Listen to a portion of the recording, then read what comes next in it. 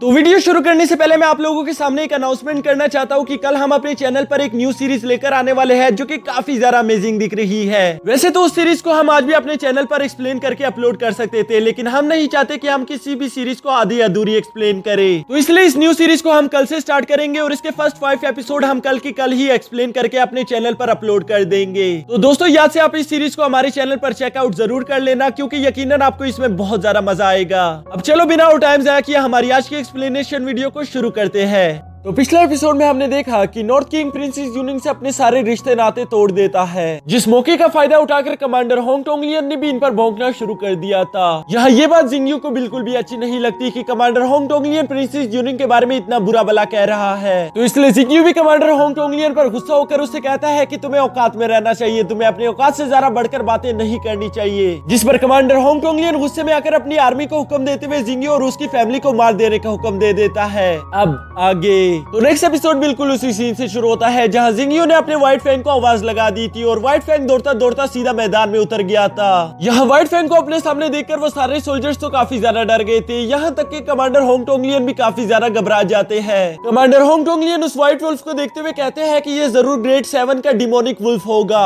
बेशक मैं भी ग्रेड 7 का वॉरियर हूँ, लेकिन मुझे नहीं लगता कि मैं इसे इतनी आसानी के साथ हरा पाऊंगा, और अगर मैंने इसे हरा भी दिया तो पीछे और भी 3-4 क्लैंस है, यानी कि अगर मुझे यहाँ पर ये फाइट जीतनी है तो मुझे इसके लिए मेरी पूरी आर्मी बुलवानी होगी। यहाँ ये सब सोचने के बाद जब होंग टोंगलियन के पास और कोई रास्ता नहीं बचता तो वो जिंगयू पर गुस्सा होते हुए कहता है कि क्या तुम फॉरबिडन आर्मी से जंग चाहते हो? जिस पर जिंगयू कहता है नहीं, जंग तो सिर्फ आप शुरू करना चाह रहे हैं, जबकि मैं जंग नहीं चाहता। और इसके साथ ही जिंगयू आगे कहता है कि आप यहाँ पर आए हो ताकि आप हमारी छोटी फैमिली में से 100 आदमियों को कम कर सको। क्या आपको मालूम नहीं कि 100 आदमी कम करने से हमारे क्लैंस वैसे ही खत्म हो जाएंगे, इसलिए हम ये होने नहीं दे सकते और हम ये रोकने के लिए किसी भी मुश्किल से गुजरने के लिए तैयार है। यहाँ तक कि वो क्लैन जो कि लड़ भी नहीं सकते वो भी आपसे लड़ने की कोशिश करेंगे ताकि वो लोग अपनी फैमिली के लिए स्टैंड लेकर उनको बचा सके। यहाँ तक कि उन सबको मालूम है कि वो लोग इस जंग में मारे जाएंगे, लेकिन वो लोग पीछे नहीं हटने वाले, क्योंकि हम सब ये बात जानते हैं कि अगर एक बार हम पीछे हट गए तो वैसे भी हमारी फैमिलीज मारी जाएगी। ये सब सुनकर कमांडर होंग टोंगलियन जिंगयू से कहता है तो तुम मुझे धमकाना चाहते हो? तुम्हें क्या लगता है कि मैं तुम्हारी धमकियों से डर जाऊंगा? जबकि साथ ही साथ वो अपने दिल में सोच रहा था कि ये मुझे धमकाने की ताकत तो रखता है, क्योंकि इसके पास 7 ग्रेड का वुल्फ डीमन भी है और इसके अलावा इसके पास आदमियों की तादाद भी अब ज्यादा है। यहाँ जिंगयू भी ये सब जानता था कि उससे मुझसे डर लग रहा है, लेकिन साथ ही साथ वो हार नहीं मानेगा, क्योंकि वो अपनी इज्जत को नुकसान नहीं पहुंचा सकता।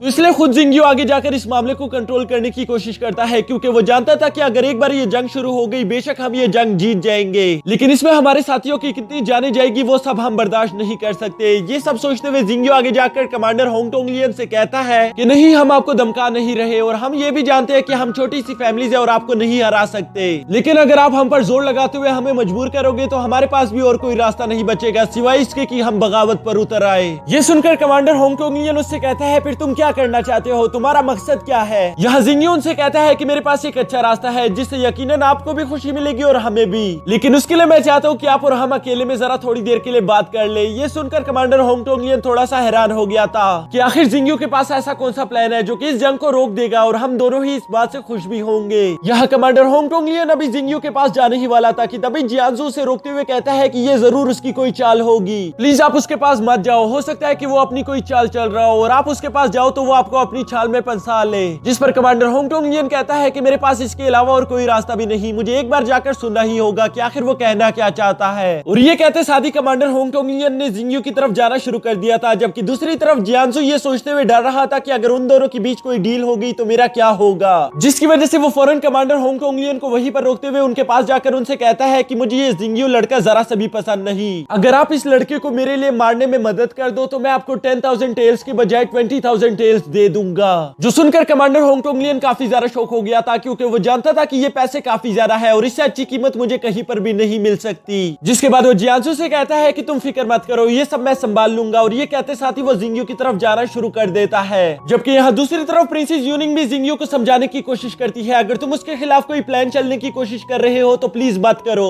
क्योंकि तुम नहीं जानते कि कमांडर होंग टोंग लियन ग्रेड 7 का वॉरियर है और वो तुम्हें जान से मार डालेगा। जिस पर जिंगयू प्रिंसेस को दिलासा देते हुए कहता है कि तुम फिक्र मत करो, अगर कमांडर होंग टोंग लियन में जरा से भी अकल हुई तो वो मेरे इस ऑफर को रिजेक्ट नहीं करेगा। इसके बाद जिंगयू कमांडर होंग टोंग लियन के पास जाकर उससे कहता है कि शायद हमें थोड़ा अलग जाकर बात कर लेनी चाहिए, क्योंकि मैं नहीं चाहता कि हमारी ये बातें कोई और सुन ले। ये सब सुनकर कमांडर होंग टोंग लियन जिंगयू को लेकर साइड पर चले गए थे, जिसके बाद वो जिंगयू से पूछते हैं कि अब बताओ कि तुम क्या कहना चाहते हो। यहाँ दोनों अलग आने के बाद जिंगयू कमांडर होंग टोंग लियन से कहता है कि मैंने उधर जो सब कुछ कहा उसके लिए प्लीज मुझे माफ कर देना, मैं वो सब कहना नहीं चाहता था, लेकिन आपने प्रिंसेस के बारे में इतना सब कहा कि मुझे रहा नहीं गया। ये सुनकर कमांडर होंग टोंग लियन उससे कहता है कि फॉर्मेलिटीज पूरी करना बंद करो, बल्कि मैं सब जानता हूँ, मैं कोई बच्चा नहीं हूँ, ये बताओ कि तुम यहाँ मुझे क्यों लाए। ये सुनकर जिंगयू उनसे कहता है कि मैं यहाँ पर आपको इसलिए लाया ताकि मैं आपको एक छोटा सा तोहफा दे सकूं, और ये कहते साथ ही जिंगयू ने पर्पल जेड क्रिस्टल को समन कर लिया था। इस जेड क्रिस्टल को देखकर तो कमांडर होंग टोंग लियन का मुंह खुला की खुला रह जाता है, उसको यकीन नहीं आ रहा था कि आखिर ये क्रिस्टल इसके पास कैसे आ गया, क्योंकि कमांडर होंग टोंग लियन जानता था कि इस छोटे से क्रिस्टल की कीमत 20,000 टेल से कई गुना ज्यादा है। और इसके अलावा इस क्रिस्टल की खास बात तो ये थी कि ये क्रिस्टल कहीं पर मिलता ही नहीं, बल्कि ये क्रिस्टल तो बहुत ज्यादा खास है, यहाँ तक कि ये कल्टीवेशन में बहुत ज्यादा काम आता है। जबकि जिंगयू भी याद करता है कि ये क्रिस्टल उसे उसी पानी में मिले थे जब उसने उस गोल्डन फिश की मदद की थी।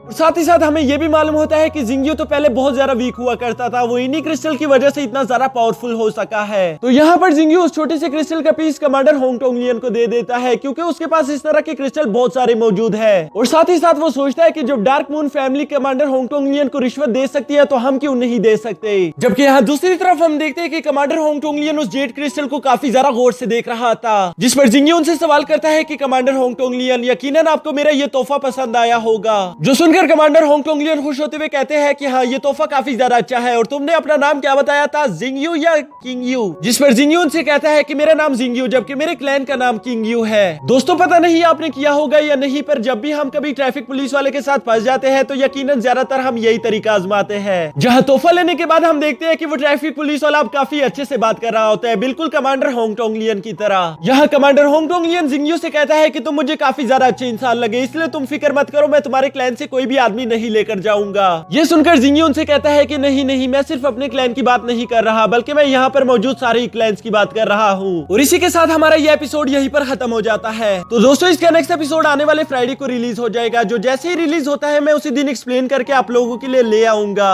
तब तक आप हमारे चैनल पर मौजूद बाकी की सीरीज चेक कर लो, क्योंकि वो सीरीज भी काफी ज्यादा मजेदार है। 我可从没答应过要放了你。分雷剑，分雷狂斩。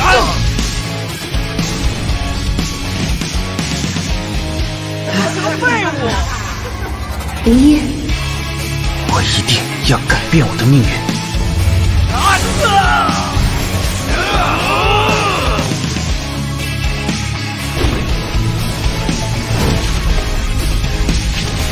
看我的每一个眼神，都好像在说这个是我妻。为了实现保护你的诺言，我只能尽快提升实力，让你刮目相看了。启灵5阶，这么弱呀？你敢质疑我？那也要你有这个本事。